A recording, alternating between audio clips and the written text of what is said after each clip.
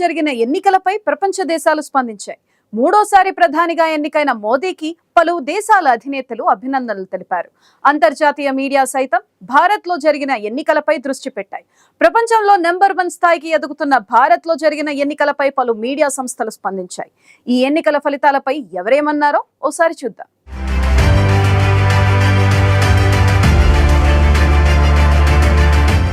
ప్రపంచంలోని అతిపెద్ద ప్రజాస్వామ్య దేశం భారత్లో జరిగిన పార్లమెంటు ఎన్నికలను ప్రపంచ దేశాలు ఆసక్తిగా తిలకించాయి. భారత్లో మరోసారి స్పష్టమైన ఆధిక్యంతో బీజేపీ నేతృత్వంలోని ఎన్డీఏ కూటమి అధికారం చేపట్టబోతోంది. ఇక ఈ ఎన్నికల్లో బీజేపీ 240 సీట్లు సాధించగా ఎన్డీఏ కూటమి 272 సీట్లు సాధించి ప్రభుత్వాన్ని ఏర్పాటు చేయనుంది. ఇంతో మూడోసారి భారత ప్రధానిగా మోదీ బాధ్యతలు చేపట్టనున్నారు.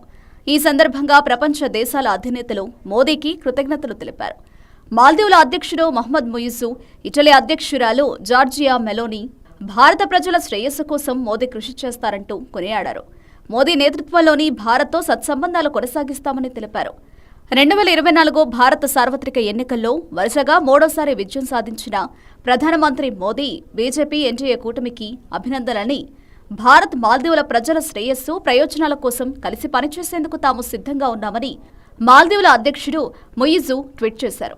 ఇక ఇటలీ అధ్యక్షురాలు మెలోనీ ఎన్నికల విజయంపై మోదీకి అభినందనలు తెలిపారు. ప్రజా శ్రేయస్సు కోసం పాటుపడుతున్న మోదీకి శుభాకాంక్షలని, ఇటలీ భారత్ బంధాన్ని బలోపేతం చేయడానికి కృషి చేస్తామన్నారు. ఇరు దేశాలు ప్రజల శ్రేయస్సు కోసం సహకారంతో ముందుకెళతామంటూ మెలోనీ మోదీతో ఉన్న ఫోటోను సోషల్ మీడియాలో పోస్టు చేశారు. పొరుగు దేశంగా భారత్తో బంధాన్ని మరింత బలోపేతం చేసుకునేందుకు శ్రీలంక ఎదురుచూస్తోందని శ్రీలంక అధ్యక్షుడు రనిల్ విక్రమసింఘే అన్నారు. మారిషస్ భారత్ ప్రత్యేక సంబంధాలు చిరకాలం కొనసాగాలన్న మారిషస్ ప్రధాని ప్రవింద్ కుమార్ ఎన్డీఏ కూటమికి శుభాకాంక్షలు తెలిపారు. చరిత్రాత్మకంగా వరుసగా మూడోసారి విజయం సాధించిన మిత్రుడు ప్రధాని నరేంద్ర మోదీ ఎన్డీఏకి శుభాకాంక్షలు. ఉన్నత శిఖరాలకు ఎదుగుతున్న భారత్తో కలిసి పనిచేసేందుకు ఆసక్తిగా ఎదురుచూస్తున్నామంటూ భూటాన్ ప్రధాని షెరింగ్ తోబ్గే ట్వీట్ చేశారు.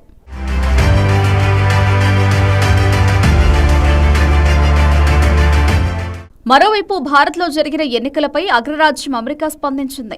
దేశ ప్రజలకు, ప్రభుత్వానికి అమెరికా అభినందనలు తెలిపింది. మూడోసారి భారత ప్రధానిగా ఎన్నికైన మోదీకి అమెరికా అధ్యక్షుడు బైడెన్ ఫోన్ చేసి అభినందించారు. భారత ప్రజాస్వామ్య వ్యవస్థను ఈ సందర్భంగా బైడెన్ ప్రశంసించారు. భవిష్యత్తులోనూ భారత్తో కలిసి పనిచేసేందుకు అమెరికా సిద్ధంగా ఉంటుందంటూ బైడెన్ తెలిపారు.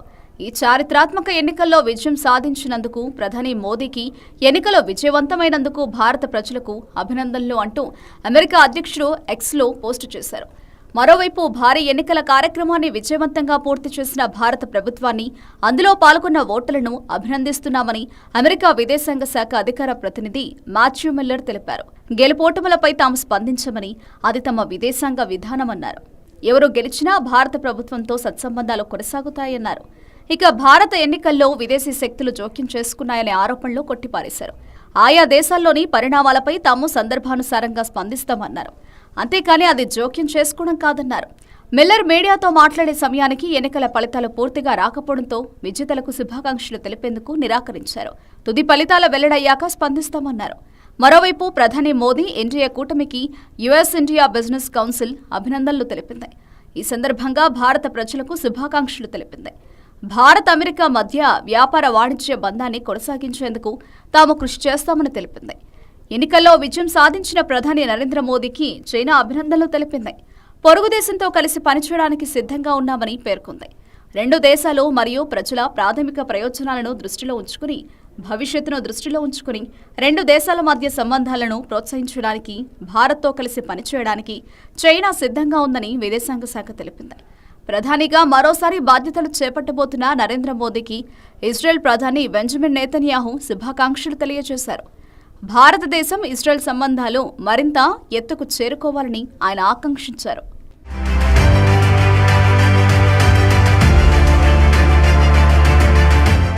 ఇక భారత్లో జరిగిన సార్వత్రిక ఎన్నికలపై ఇంటర్నేషనల్ మీడియా ప్రత్యేక దృష్టి పెట్టింది. వేగంగా ఆర్థిక వృద్ధి, అనేక అంశాలపై అంతర్జాతీయ వేదికపై తన గళాన్ని బలంగా వినిపించడం, సంక్షోభాల వేళ వేగంగా స్పందించడం వంటి చర్యలతో భారత్ చురుగ్గా వ్యవహరిస్తోంది. దీంతో భారత్లో జరిగిన ఎన్నికలపై అంతర్జాతీయ మీడియా స్పందించింది.